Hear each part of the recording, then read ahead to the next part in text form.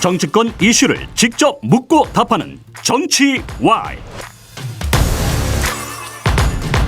오늘부터 총선 공식 선거운동이 시작됐습니다. 각 당 지도부와 후보들은 이미 아침 일찍부터 분주하게 움직이고 있는데요. 새로운 미래의 총선 전략 박원석 공동선대위원장으로부터 들어보겠습니다. 어서 오십시오. 네, 안녕하십니까. 조금 오랜만에 뵙는 것 같습니다. 네, 한 2주 건너뛰고 3주 만에 뵙는 것 같습니다. 드디어 공식 선거운동에 막이 올랐는데 네. 오늘 지지 유세 어디서 하고 오셨습니까? 제가 좀 피곤해 보이지 않으세요? 네.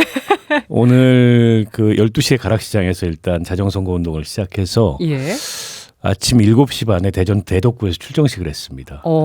그리고 9시에 대전 현충원에 우리 최수근 상병 묘역, 또 천안함 연평해전의 전사자들 묘역 두루 참배하고 11시에 대전 서구에 저희 출마한 후보들이 있어서 예. 거기서 집중 유세하고 그리고 여기 뉴스 공감 출연하려고 올라왔습니다. 오늘 하루 일정을 쭉 해주셨는데 동선이 꽤 오늘 바쁘게 움직이셨네요. 오늘은 이제 대전을 중심으로 대전에 저희 그 새로운 미래의 후보들이 상대적으로 좀 많이 나가기도 했고 또 일종의 이번 선거의 캐스팅 보터 지역이라고 할까요? 네. 대전 충남 지역이 그리고 이제 당 대표가 출마해 있는 그 세종과도 가깝고 여러모로 이제 대전 전략적으로 중요한 의미가 있어서 거기서 오늘 유세를 집중적으로 했습니다. 오늘 0시에 가락시장에서 공식 선거운동 시작하셨다고 네네. 얘기해 주셨는데 네. 공교롭게도 국민의힘도 가락시장에서 시작을 했어요. 저희도 직전에 알았습니다. 서로 겹쳤어요, 생각이. 그렇긴 한데 동선은 안 겹쳤습니다. 가락시장이 워낙에 넓다 보니까 네. 뭐 국민의힘하고 저희하고 각각 가서 그 농수산물 유통공사 측의 안내를 받으면서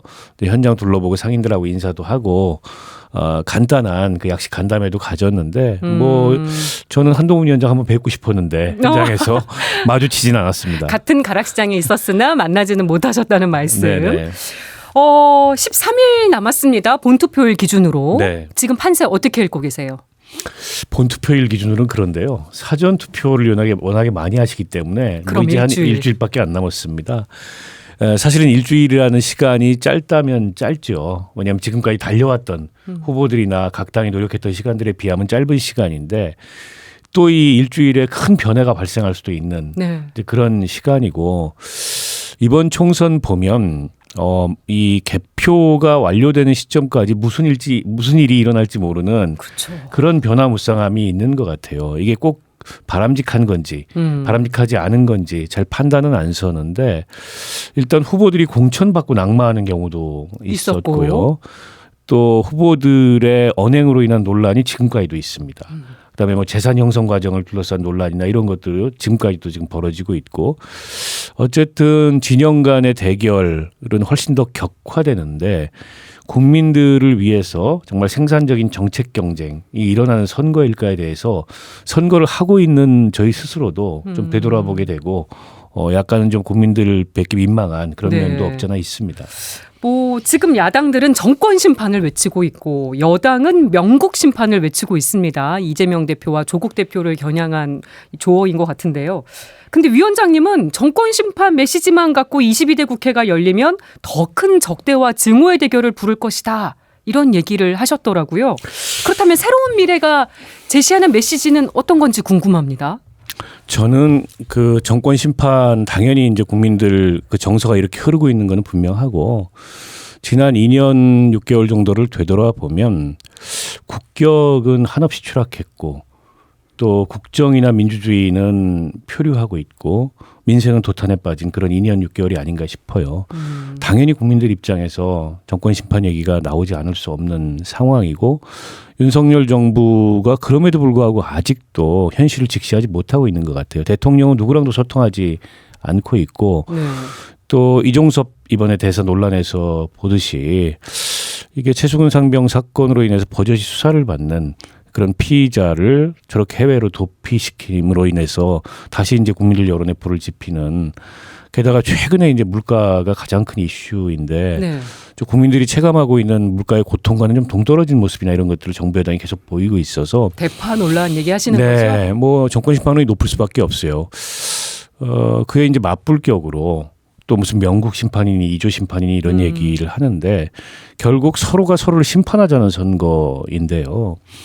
가뜩이나 이제 진영 갈등 또 진영 간의 증오 대결 네. 이것만 남은 선거 아니냐 이런 비판이 많은데 이러고 나서 구성될 21대 국회가 걱정이 되죠. 그래서 저는 동시에 정치의 복원, 정치의 회복 그리고 대화와 뭔가 이 생산적인 네. 정책 경쟁을 통해서 국민들을 위해서 좋은 결과를 남기는 그런 정치적 경쟁이 있어야 되는데 그런 경쟁이 실종됐어요. 근데 돌이켜보면 우리가 정책으로 경쟁하던 선거가 있었어요. 네, 있었습니다. 과거에 무상급식 이런 걸 가지고 경제민주화도 있었고 치열했지만 예. 정책을 가지고 경쟁하던 그런 시대의 선거가 있었습니다. 예. 그런데 왜 정치가 이렇게 됐을까?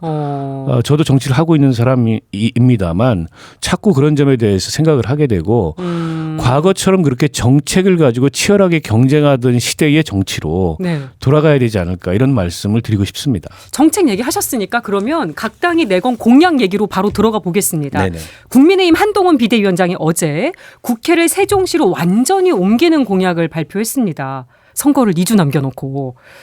사실 세종시 이전은 진보 정당들이 그동안 얘기를 해왔던 공약이기도 하거든요. 저는 뭐 만시지탄이지만 환영합니다. 예. 그리고 국회 분원 설치는 현 정부에서도 얘기했던 바예요. 윤석열 대통령 공약입니다. 네. 근데 안 되고 있죠. 윤 대통령이 취임 초기에 뭐라 그랬었냐면 2주에 한 번은 세종에서 국무회의를 하겠다. 근데 지금까지 2번인가 하시고 안 했어요. 네. 그 약속 지금 지켜지지 않는 거예요. 그래서 이 약속은 반드시 좀 지켰으면 좋겠다. 이 말씀을 우선 드리고 싶고요. 그러나 완전한 행정수도 이전이 이루어지려면 국회만 가서는 안 됩니다. 예. 결국 대통령 집무실이 대한민국 대통령제에서는 핵심이에요. 예. 그러면 용산 대통령 집무실에 옮겨갈 수 있느냐, 그에 대해서는 어떤 계획을 갖고 있느냐, 이거 답을 해야 됩니다. 근데 그게 이제 과거의 헌법재판소의 판례로 인해서 위헌 논란이 있기 때문에 그래서 개헌 얘기가 나오고 개헌 있는데. 문제까지도 포함해서 이 문제에 대한 비전을 좀 구체화시켜야 된다 이런 말씀을 드리고 싶고, 그러나 어제 한 가지 한동훈 비대위원장의 말씀에 동의할 수 없는 건 국회를 옮기고 거기를 개발하겠다. 그러면 이제 아마 여의도의 그 금싸라기 땅에 가공할 부동산 투기가 일어나게 고도 제한부터 풀겠다 될 그랬죠. 겁니다. 그래서 마치 여의도를 개발하기 위해서 국회를 옮기는 듯한 일의 선우가 바뀐 듯한 그런 식의 그 정책 추진은 동의할 수 없고, 국회를 옮기더라도 네. 현재의 국회 공간은 여러 가지로 쓸모들이 많아요. 한국 정치 중심 공간으로서 컨벤션 센터로도 쓸 수 있고요. 박물관도 있고 예. 기념관도 있고, 또 해외에서 뭐 이 한국을 찾는 한국 정치를 찾는 어떤 정상들이나 이런 분들을 위해서 영빈관으로도 쓸 수 있고, 때문에 지금 국회 공간을 보존을 해야지 그걸 개발을 해가지고 또다시 부동산 투기를 일으키겠다, 이 방식에는 동의하기가 어렵고, 아무튼 이걸 테이블에 이제 올려놨기 때문에 네. 논의를 같이 했으면 좋겠어요. 근데 이제 세종 지역에 출마한 새로운 미래 후보가 있잖아요. 네, 공동대표이신 김종민 후보가 요 공약에 대해서 대찬성이라면서도 진정성을 이제 문제를 삼으셨더라고요. 아니 왜 그러냐면 현 정부 들어서 아무것도 추진을 안 했기 때문에 그래요. 그리고 아마 선거를 코앞에 두고 발표한 시점이나 방금 얘기해 주셨던 여의도 개발과 맞물려 있어서 그걸 얘기하신 게 아닌가 싶었는데 이 부분은 어떻게 보세요? 그렇죠. 그래서 이것도 이제 말뿐인 선거용 공약이 안 되기를 바라는 거고요. 지금까지 이 정부 들어서 뭐 세종 분원 설치도 그렇고 대통령 국무위원회 하시겠다는 말씀도 그렇고 다 안 지켜졌기 때문에 이번만은 지켜라 이런 얘기고, 그냥 이번 선거에서 한번 활용해 보겠다. 그 세종에 출마한 국민의힘 후보의 득표력을 좀 높이기 위한 지렛대로 이걸 써보겠다. 그러면 더 큰 후폭풍이 따를 거기 때문에 한동훈 비대위원장이 입 밖으로 꺼내신 말씀이니까, 그러면 아예 공동으로 선언을 하자. 예. 구체적으로 추진 로드맵이나 추진 계획에 대해서 서로 간에 합의될 수 있는 부분들이 있을 거 아닙니까? 예. 100% 다는 합의하지 않더라도 실천을 담보할 수 있는 그 실천을 담보할 수 있는 선언을 하자. 공동으로 그 공약을 하자. 네. 이런 제안을 오히려 거꾸로 드리고 싶어요. 어쨌든 한동훈 위원장이 발표한 이 공약이 뭐 수도권과 충청권을 겨냥해서 좀 표심에는 얼마나 영향을 미칠 거라고 보세요? 근데 이제 그 세종 이제 주민들 같은 경우에는, 또 이제 충청권 주민들 같은 경우에 오랫동안 사실은 행정수도의 완성 이거를 염원해 왔는데, 노무현 대통령이 이걸 추진한 이래로 아직도 이제 미완의 과제로 남아 있잖아요. 그래서 노무현 전 대통령의 꿈을 김종민 이 후보가 완성하겠다, 이런 슬로건을 들고 저희가 선거를 하고 있고, 또 노무현의 대변인 출신이기 때문에 네. 그게 말이 안 되지가 않습니다. 다만 이제 서울의 여론이 어떨지는 모르겠어요. 과거에는 서울에서 좀 반대하는 의견이 있었는데 지금 꼭 그렇지 않습니다. 왜냐하면 균형 발전에 대해서 우리 국민들도 그게 필요하다. 네. 이 국가 발전을 위해서 국토균형 발전이라는 게 필요하다 이런 인식도 있고 서울이 너무 과밀화돼 있다 이런 인식도 있기 때문에 예전처럼 막 이제 국회나 대통령 집무실 옮겨가면 서울에 손해가 되는 거 아니야? 이렇게 단편적인 생각은 안 하실 것 같아요. 그래서 국민적 공감되는 합의를 이뤄내는 것도 예전보다는 조금 더 수월하지 않을까 이렇게 네. 저희는 보고 있습니다. 네. 더불어민주당에서는 1인당 25만 원, 4인 가구 기준으로는 100만 원의 민생회복 지원금 지급을 공약으로 내걸었습니다. 민주당의 공약은 어떻게 평가하십니까? 이게 이제 4년 전에 선거 치를 때 코로나 재난 지원금이 생각이 나는데요. 그거랑 비교하시는 분들 많아요. 그때 이제 미래통합당은 반대하고 문재인 정부에서는 추진하고 여당했던 민주당은 찬성하고 그것 때문에 이제 미래통합당이 선거에서 크게 패했죠. 근데 당시하고 다른 건 지금의 민주당은 여당이 아닙니다. 네. 그러니까 저거는 이제 공약일 뿐이지 실제 집행 가능한, 실현 가능한 그런 약속은 아니에요. 그 점의 차이가 첫 번째로 있고 두 번째로는 당시에는 워낙 경기가 가라앉아 있었기 때문에 재난지원금을 통해서라도 그 경기를 끌어올릴 필요가 있었어요. 왜냐하면 자영업자들이 다 죽게 생긴 상황이었습니다. 너무 어려웠으니까. 근데 지금은 경기가 과열돼 있습니다. 물가가 이렇게 이 폭등한 게 경기 과열의 다른 그 현상이거든요. 근데 여기에 현금성 지원을 13조 원 정도 된다 그래요. 총 네. 그걸 집어넣게 되고 이게 이제 일정 기간 내에 소비를 하도록 하는 지역 화폐로 하자. 그러면 인플레이션을 어떻게 감당하려고 저 얘기를 하시는지 잘 모르겠어요. 오히려 지금처럼 이렇게 물가가 오르고 경기가 과열됐을 때는 정부가 재정 지출은 줄이고 네. 시중의 유동성은 줄이되 이로 인해서 좀 어려워질 수 있는 저소득층을 위한 든든한 복지 정책이나 이렇게 대비를 하는 게 교과서적인 거거든요. 그래서 뭐 이재명 대표께서 어떤 취지에서 그런 말씀을 하시는지는 알겠는데 네. 지금의 인플레이션 상황을 감당을 못할 거다. 그리고 뭐 재원 마련도 하려면 할 수 있겠죠. 13조 원이라는 재원을 일시적으로 동원하는 게 대한민국 재정 규모에서 불가능한 거는 아니지만. 아닙니다. 다만 그럼 앞으로 계속 이렇게 할 거냐. 네. 경기가 조금 이렇게 뭐 어려워지거나 자영업자들이 힘들어지거나 이러면 계속 이렇게 할 거냐. 그게 과연 올바른 정책일까라는 점에서 저는 좀 이게 충분히 숙고된 정책은 아닌 것 같다. 이런 생각이에요. 그 새로운 미래는 어떤 공약을 내걸으셨나 보니까 장벽 없는 사회를 만들어야 된다면서 노키즈존 방지법 입법을 발표를 하셨더라고요. 내용 좀 들어볼 수 있을까요? 그게 이제 요즘에 노키즈존들이 많이 생겼잖아요. 예. 근데 그게 또 하나의 이제 허들이 됩니다. 특히 아이가 있는 가족들에게는. 그래서 이제 이 해외 선진국들 같은 경우에 보면 아예 노키즈존이라는 게 일종의 차별적 요소가 있기 때문에 그런 거를 제한하거나 금지하는 그런 경우들도 있어요. 네. 그런 차원에서 사회적인 의제를 한번 토론 주제를 던져본다는 차원에서 저희가 그걸 얘기를 해본 건데 찬반이 아주 치열합니다. 네, 그렇죠. 그러니까 아이 있는 부모들 같은 경우에는 환영하는 목소리도 있는 반면에 근데 또 그러면 뭐 어른들만 갈 수 있는 네. 아이들은 이 출입이 제한되는 그런 공간은 없어야 되는 거냐 이런 또 반론도 만만치 않아서 앞으로 한번 그런 토론을 통해서 조금 더 이 정책을 좀 구체화시켜 볼 계기가 있지 않을까 싶고요. 네. 그래서 이건 저희가 사실은 약간은 좀 어그로를 끌기 위한 공론화가 필요한 예, 예. 의제를 던지신다는 개념으로. 그런 의제를 던진 차원이었고 이게 이제 정책의 본령은 아니고요. 그러니까 이번에 이제 고물가 상황이 워낙 지속되다 보니까 뭐 금사과 게다가 대파 막 논란이 커졌잖아요. 그렇습니다. 이게 이제 우리 농산물 유통 구조의 문제가 심각합니다. 왜냐하면 공영 경매 시장에서 경매법인들이 도매법인들이 이걸 독과점하고 있어요. 경매를 그럼으로 인해서 가격 왜곡이 발생하는 면들이 있거든요. 예. 그래서 이 문제를 경매 독과점을 좀 폐지하자라는 차원에서 금사과 방지법을 농수산물 유통과 가격 안정에 관한 법률을 개정하겠다 이런 공약도 저희가 내걸었고. 그리고 이제 우리 그 미래를 위해서 굉장히 중요한 과제 중에 하나가 연금 개혁인데 예. 어떤 정당도 어떤 정치 세력도 이거를 얘기를 하지 못합니다. 네, 많이 못 이제 들어봤어요 이번에. 현행 9%인 요율을 저희는 향후 10년 동안에 15%까지 단계적으로 올리자. 그럼으로 인해서 연금의 재정적 지속 가능성을 높이고 미래 세대를 위한 연금 개혁을 지금부터 준비해야 된다. 이런 공약도 제시를 했고 서울에서 기후동행 카드라고 네, 6만 5천 원 정도 되면 활용되고 반응이 있죠. 굉장히 좋잖아요. 네. 저희는 이거를 전국으로 확산하자는 제안을 드립니다. 그래서 월 6만 원 대중교통 요금 상한제. 네. 저희가 계산을 해보니까 연 1조 2천억 원이면 이 정책이 시행 가능하더라고요. 그래서 아주 큰 재정이 필요한 게 아니기 때문에 충분히 이제 이 기후동행 카드에 대한 국민적 호응도를 고려했을 때 예. 충분히 정책 입안이 가능할 것 같다. 이렇게 해서 이런 어떤 민생 개혁 혹은 사회 개혁 위주의 그런 정책 공약들을 준비해서 저희가 엊그저께 정책 공약 자료집을 발간을 했는데 예. 우리가 바라던 새로운 미래라는 제목으로 거기에 이제 충실히 꼼꼼히 담았습니다. 네. 오랜만에 이렇게 정책 얘기하니까 건강한 얘기를 하는 것 같은데. 제가 원래 정책위의장을 정당에서 여러 번 했던 사람입니다. 그러시군요. 근데 이 얘기를 또 하지 않을 수가 없습니다. 윤석열 대통령이 공식 선거운동 거의 직전까지 전국을 돌면서 민생 토론회를 열었습니다. 여기서 각 지역별로 뭐 과제나 사업들, 예산이 수반되는 사업들을 많이 약속을 했거든요. 이 부분에 대해서 여러 가지 얘기가 나왔었는데 정책위의장을 여러 번 역임하신 분으로서 어떻게 보셨습니까? 이게 오얏나무 밑에서 가끔 고쳐매는 거 아니라고 오해를 받을 수밖에 없지요.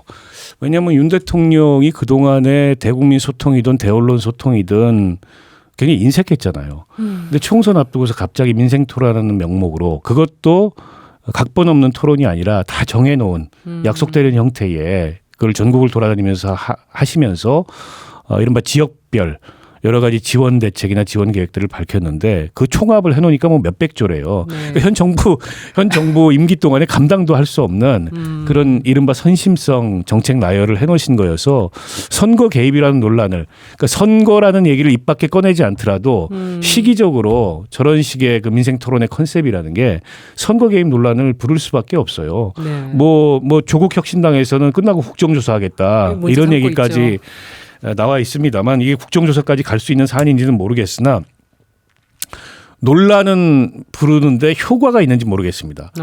지금 그럼에도 불구하고 이 윤석열 대통령 지지율이나 이 국정 운영에 대한 국민들의 평가는 굉장히 낮잖아요. 예. 효과도 없는데 저렇게 정치적으로 논란만 키우는 저런 방식의 국정 운영을 왜 하시는지 잘 모르겠습니다. 또 어쨌든 공식 선거운동에 들어간 후로는 지금 하지 않고 있어서 그렇죠. 이 뭐 부분을 논란이 또 더 커질 수밖에 없으니까. 감안을 한 조치로 보이기는 하는데요. 새로운 미래 얘기 이제 좀 중점적으로 해보겠습니다. 네. 아무래도 당에서는 세종과 판세를 가장 눈여겨보고 계시지 않을까 싶어요. 예. 지금 민주당 강세 지역으로 분류가 되지만 민주당 이영선 후보의 공천이 취소가 되면서 어떻게 보면 새로운 미래 김종민 후보한테 좀 기회가 찾아온 거 아니냐 이런 평가가 많습니다. 당선 가능성 어떻게 전망하십니까? 저희로서는 아무튼 굉장히 중요한 변화가 생긴 거고요. 선거 구도에 있어서. 네, 당선 가능성도 이제 상당히 높게 예측을 합니다. 다만 이게 예상하지 못했던 일이 벌어지다 보니까 민주당의 그 해당 지역의 당원들이나 지지자들 같은 경우에는 굉장히 조금 뭐랄까요 맥이 풀리거나 이른바 멘붕인 상황인 것 같아요. 그 부분이 어떻게 보면 핵심일 것 같아요. 민주당 지지자들이 김종민 후보를 지지할 것인가 표심을. 네, 그래서 그 점에 있어서는 저희가 좀 조심스럽게 접근을 할 수밖에 없고 일단 민주당 그 지지자들이 생각하시는 이른바 이제 윤석열 정부에 대한 단호하고 매서운 심판. 뭐 그 의지에 있어서 그 저희 새로운 미래나 김종민 후보나 다르겠습니까? 다만 이제 김종민 후보가 얼마 전에 이제 민주당을 탈당해서 예. 다른 길을 가고 있기 때문에 그에 대해서 서운한 마음이 있을 거예요. 그 서운한 마음에 대해서는 또 한편으로 헤아리면서 잘 설명을 하고 앞으로 세종에서 어떤 정치와 정책을 어떻게 펼쳐나가겠다 이렇게 충실히 설명드리는 네. 그런 선거운동을 해야 된다고 생각을 하고요. 이런 경우에는 논리적이고 이성적이고 정책적인 이런 접근보다 정서적으로 그런 민주당 지지자들의 마음을 어루만져야 되는데 그건 이제 김종민의 진심을 보이는 거라고 저는 생각합니다. 그래서 제가 김종민 의원한테도 김종민의 진심을 얘기하고 다니라. 선거 전략. 김종민의 정책이나 김종민의 공약은 그건 나중에 이제 자료집에 다 담아서 드리면 되고 정권 심판하고 더 나아가서 다시 정권 교체에 이 불씨를 살리는데 김종민이 일익을 담당하겠다라는 김종민의 진심을 말씀을 드리고 다니라 이렇게 얘기를 했습니다. 네. 그런데 광주 광산을 지역에 출마한 이낙연 공동대표는 지금 친명 현역인 민주당 민형배 의원과 맞붙게 됐는데 여러 여론조사 결과들을 보니까 좀 오차범위 밖으로 벌어져 있어서 국회 입성이 오늘 기준으로 봤을 때는 쉽지 않아 보이는 상황입니다. 제가 조선일보와 TV조선이 K스탯 리서치에 의뢰해서 22일부터 24일까지 진행한 여론조사 결과를 보니까 민형배 후보가 57%, 이낙연 후보가 지지가 13%로 나왔더라고요. 그리고 MBC와 코리아 리서치가 23일부터 24일 실시한 조사를 보면 민영배 후보 63%, 이낙연 후보 17%로 격차가 많이 벌어져 있습니다. 자세한 사항은 중앙선거 여론조사 심의위원회 홈페이지에 참조하시면 되겠는데 요 광산을 민심은 어떻게 보세요? 애초부터 저희가 어려움을 예상하고 시작한 선거였습니다. 사실 이낙연 대표께서는 출마를 안 할 생각이었고 원래 그렇게 얘기를 이미 했었죠. 출마 안 하겠다는 이제 공언도 몇 차례 했었는데 당의 요청을 받아들여서 출마를 한 상황이었기 때문에 충분히 어려움을 예상하고 시작을 했고요. 그러나 이제 또 이제 경륜이 있는 분이기 때문에 한번 시작하면 그렇게 허투루 선거를 하지 않고 일정을 보니까 뭐 젊은 후보들보다 일정이 훨씬 더 빡빡하게 돼 있더라고요. 열세인 것만은 분명하고 네. 이제 광주 민심이 워낙 정권 심판 그 민심이 드높은 데다가 또 이낙연 그 대표에 대한 이런저런 서운함들이 좀 있어요. 그게 좀 풀리지 않은 면이 있습니다. 그러나 이제 이번 주말을 계기로 해서 저희가 그런 것들을 좀 풀어보고자 이러저러한 구상들이나 기획들을 좀 준비를 하고 있고 이제 그런 것들을 좀 거치게 된다면 여론이 조금 달라질 수 있지 않을까 이렇게 기대를 하고 있고요. 네. 어찌됐든 결과와 무관하게 그 새로운 미래와 이낙연 대표가 이제 호남 유권자들에게 드릴 말씀을 충실히 드리는 그런 선거로 삼겠다라고 네. 애초부터 출발한 거기 때문에 이제 그렇게 선거를 진행하고자 합니다. 지금 김종민, 이낙연 후보 말고도 지역구에 출마한 후보들이 여럿 있는데 보니까 두드러지게 앞서고 있는 후보는 많지 않아 보이더라고요. 그래서 제3지대가 아무래도 양당 체제를 넘어서는 데는 좀 한계가 있는 거 아니냐는 분석도 있습니다. 이 부분은 어떻게 생각하십니까? 그러니까 이게 이제 여론 선거 초반만 하더라도 여론조사를 해보면 이게 서로를 심판하는 거 말고 양당을 심판해야 된다. 그 얘기도 있었잖아요. 3지대 후보가 당선되는 것을 선호한다. 이런 여론 비중이 꽤 높았어요. 빅텐트도 사실 2월 달에 많이 거론이 됐었는데. 그리고 실제 빅텐트 실행 단계까지 갔다가 이게 이제 깨진 상황인데요. 글쎄 저는 3지대 시도에 대한 국민들의 약간 실망감 또 국민들이 갖고 계셨던 기대에 미치지 못하는 그런 것들이 여론에 반영되는 게 아닌가 싶은데요. 역시 어렵구나. 근데 과거에 이제 학습 효과도 좀 있습니다. 국민의당이나 이렇게 한때 돌풍을 일으켰던 3지대가 그 뒤에 다시 양당 정치로 분화되거나 해체되거나 흡수되면서 결국 해봐야 뭐 선거용 아니겠느냐 이런 것도 있고 이게 양당의 대립과 이 갈등이 워낙 격렬해지다 보니까 선거 공간이 굉장히 좁은 거죠. 네. 3지대 입장에서는. 그럼에도 불구하고 결국에는 이 3지대를 추진했던 이번 선거에서 저를 포함한 또 이제 새로운 미래나 혹은 개혁신당이나 뭐 역량이 부족했고 또 여러 가지 실책도 따랐고 충분한 정치적 사회적 기반을 갖추지 못하고 일종의 이제 양당 정치에 실망한 여론이 보여주는 어떤 기회랄까요? 네. 근데 그런 것에 너무 의존하거나 그런 것에 너무 과도하게 기대를 하지 않았나. 그래서 저는 양당 정치를 넘어서기 위한 정치적 시도는 계속 돼야 된다고 보는데 그게 선거 시기 임박해서 되는 게 아니고 꾸준한 어떤 그 자체의 정치적 사회적 기반을 축적해 나가는 이런 게 필요하겠다라는 교훈을 얻어가고 있습니다. 그런데 조국 혁신당은 돌풍을 일으키고 있습니다. 조국 혁신당은 3지대 정당이라고 보기가 어렵고요. 그거는 일종의 이제 정권 심판론의 연장에서 일종의 이제 검찰 피해자라는 서사를 가지고서 그걸 피해자라고 봐야 될지 저는 객관적으로 잘 모르겠습니다만 네.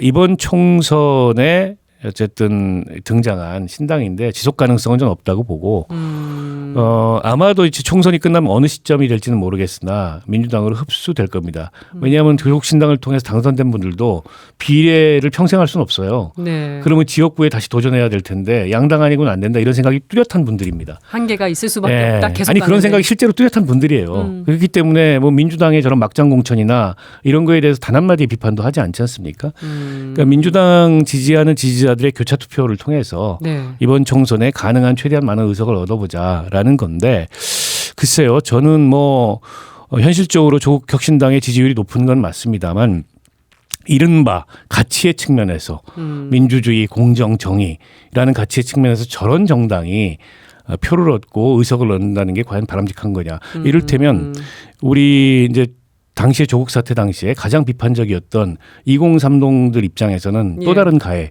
자신들에 대한 2차 가해로 느껴지는 측면이 실제로 있다 그래요. 냉담하고 예. 조국 신당에 대해서.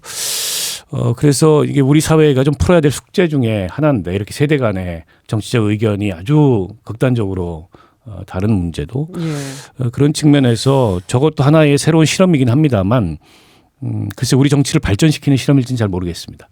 이런 상황에서 보면 지금 비례 용지가 역대 최장길이라고 합니다. 예. 제3지대 뭐 어려움이나 한계도 얘기를 해주셨는데 이 상황은 어떻게 보세요? 그러니까 이게 이제 연동형 비례제도라는 게 갖는 좋은 취지에도 불구하고 현실에서는 상당히 이게 왜곡되고 있는 게 아닌가라는 씁쓸함이 들고요. 그 왜곡을 가장 앞장서서 부추긴 게 양당의 위성정당이라고 생각합니다. 예. 결국 이제 제도의 그 외형만 유지했지 사실상 이 연동형 비례제가 갖고 있는 원래의 취지 그건 다 이제 형해화돼 버린 그런 껍데기만의 선거제도가 남았는데요. 저도 선거제도 개혁을 뭐 열망했고 또 강력히 주장했던 사람으로서 이번 총선 이후에 이 대한민국 정치 발전을 위해 선거제도를 어떤 방향으로 재설계해야 될지 깊이 한번 고민을 해봐야 될 것 같아요. 이 부분은 이게 어쨌든 이상과 현실의 차이가 너무 큽니다. 개혁이 필요하다고 보시는 거죠. 네. 알겠습니다. 박원석 새로운 미래 공동선대위원장과 얘기 나눠봤습니다. 오늘 나와주셔서 고맙습니다. 네, 감사합니다.